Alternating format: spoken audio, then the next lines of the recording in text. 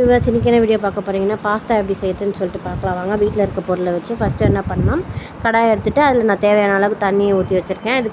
இதில் வந்து இந்த தண்ணியில் வந்து பார்த்திங்கன்னா பாஸ்தாவுக்கு தேவையான அளவு உப்பு, அப்புறம் வந்து பார்த்திங்கன்னா நீங்கள் சமையல் எண்ணெய் யூஸ் பண்ணாலும் பரவாயில்ல, அதையும் கொஞ்சம் ஊற்றிக்கோங்க. இப்போ வந்து தண்ணி பபுள்ஸ் வந்தோடனே நம்ம எடுத்து வச்சுருக்க பாஸ்தாவை போட்டுட்டு இது மாதிரி ஒரு கொதி வரும்போது லைட்டாக கிளறி விடுங்க.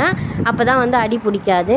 இது நல்லா வந்து கிளறி விட்டுட்டு அப்புறம் அது பாட்டுன்னு அது நல்லா வேகிற வரைக்கும் அப்படியே விட்டுருங்க. அதுக்கப்புறம் நம்ம கிளற வேண்டாம். இப்போ நல்லா வந்துருச்சு. இப்போ வந்து இது வெடிக்கட்டிட்டு இதை நான் வெடிக்கட்டிட்டு அப்படியே விடக்கூடாதுங்க. விட்டிங்கன்னா ஒன்று ஒட்டிக்கும். அதுக்கு என்ன பண்ணணும்னா வார்ம் வாட்டரில் ஒரு அலசி எடுத்து வச்சுட்டோன்னா அது வந்து ஒட்டவே ஒட்டாது கையில். இப்போ வந்து பார்த்திங்கன்னா இது தேவையான பொருள் என்னென்னு பார்த்தீங்கன்னா, 4 பூண்டு, ஒரே ஒரு பச்சை மிளகாய் சாப் பண்ணி வச்சுருக்கேன் ஃபைனாக. அப்புறம் பார்த்திங்கன்னா 2 பெரிய வெங்காயம் சாப் பண்ணி வச்சுருக்கேன். இப்போ ஒரு கடாயை எடுத்து அதில் வந்து ஒரு ஸ்பூன் அளவுக்கு பட்டர் சேர்த்துக்கிறேங்க. உங்கள்கிட்ட பட்டர் இல்லைன்னா ஆயிலில் கூட நீங்கள் செய்யுங்க, ஒன்றும் பிரச்சனை கிடையாது. பட்டரில் செஞ்சால் அது ஒரு ஃப்ளேவர் வரும், அவ்வளோதாங்க. இப்போ வந்து பார்த்திங்கன்னா பட்டர் வந்து மெல்ட் ஆகிடுச்சு. இப்போ வந்து நான் ஃபைனாக சாப் பண்ணி வச்சுருக்கேன் பூண்டு சேர்த்துக்கிறேன். இது வந்து ஃப்ளேவருக்கு தான் இந்த பூண்டு. உங்களுக்கு பிடிக்கலன்னா ஸ்கிப் பண்ணிக்கோங்க. ஆனால் போட்டால் சூப்பராக இருக்குங்க. இது வந்து நான் வந்து ப்ரௌன் கலரில் வர வரைக்கும் வந்து வதக்கிக்க போகிறேன். உங்களுக்கு வந்து இந்த ப்ரௌன் கலரில் வதக்குற வரைக்கும் பிடிக்காதுன்னா நீங்கள் லைட்டாக சும்மா ஷாலோ ஃப்ரை மாதிரி பண்ணிவிட்டு அப்புறம் பார்த்திங்கன்னா வெங்காயம் போட்டுக்கலாம். நான் வந்து ப்ரௌன் கலரில் வதக்கிக்கிறேன். எங்களுக்கு வந்து இந்த ஃப்ளேவர் வந்து இந்த டேஸ்ட் சூப்பராக இருக்கும். இதில் நல்லா வதங்கிடுச்சு. இப்போ என்ன பண்ணணும்னு பார்த்திங்கன்னா, நம்ம ஃபைனாக சாப் பண்ணி வச்சுருக்க வெங்காயத்தை போட்டு நல்லா ஒரு கொஞ்சம் ஸ்மெல் போகிற வரைக்கும் வதக்கிக்கோங்க. இது நல்லா வதங்கிட்டோடனே அடுத்தது நம்ம எடுத்து வச்சுருக்க பச்சை மிளகாய், இது கூடவே நீங்கள் குடமிளகா கூட சேர்த்துக்கலாம் உங்கள்கிட்ட இருந்ததுன்னா.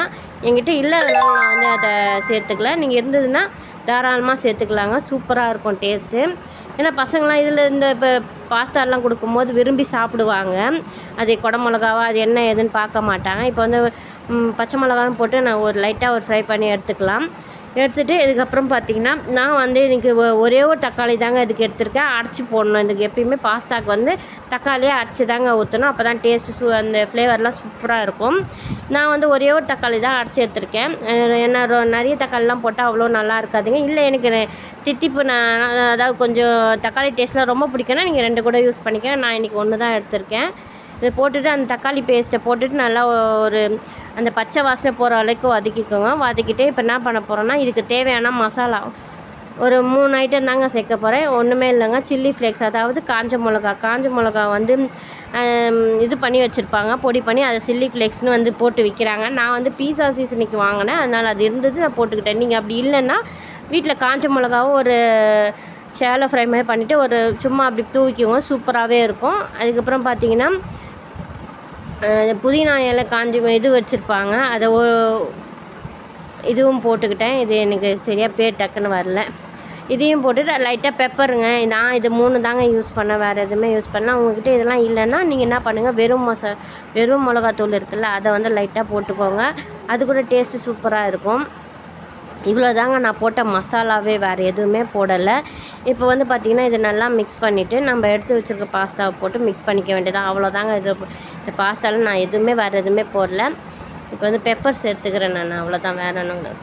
நான் வந்து வெறும் மிளகாத்தூள்லாம் சேர்க்கல, அதனால் பெப்பர் சேர்த்துக்கிறேன். உங்களுக்கு வெறும் மிளகாத்தூள் பிடிக்கணும் தாராளமாக சேர்த்துக்கோங்க. இதெல்லாம் அவாய்ட் பண்ணிட்டாலும் ஒன்றும் பிரச்சனை இல்லை. ஆனால் இதெல்லாம் போட்டிங்கன்னா டேஸ்ட்டு சூப்பராக இருக்குங்க. கண்டிப்பாக நீங்கள் இது வந்து பார்த்திங்கன்னா டிபார்ட்மெண்ட் ஸ்டோர்லலாம் தாராளமாக கிடைக்கும். இந்த ஆரிகானோ இந்த இதெல்லாம் வந்து தாராளமாக கிடைக்குங்க. நீங்கள் பாட்டிலில் கூட இருக்கும், நீங்கள் வாங்கி யூஸ் பண்ணி பாருங்கள்.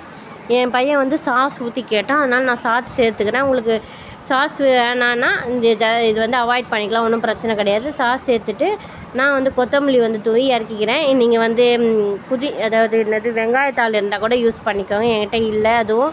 இது வீட்டில் வச்சு எப்படி இந்த பாஸ்தா சிம்பிளாக பசங்க நம்ம வீட்டிலே செஞ்சு கொடுக்குறது தாங்க. இது டேஸ்ட் வந்து சூப்பராகவே இருக்கும். நான் வந்து ஃபஸ்ட் டைம் செய்யும் போது நான் என்னமோ எப்படி இருக்குமோ அப்படின்னு தான் யோசிச்சுக்கிட்டே செஞ்சேன்.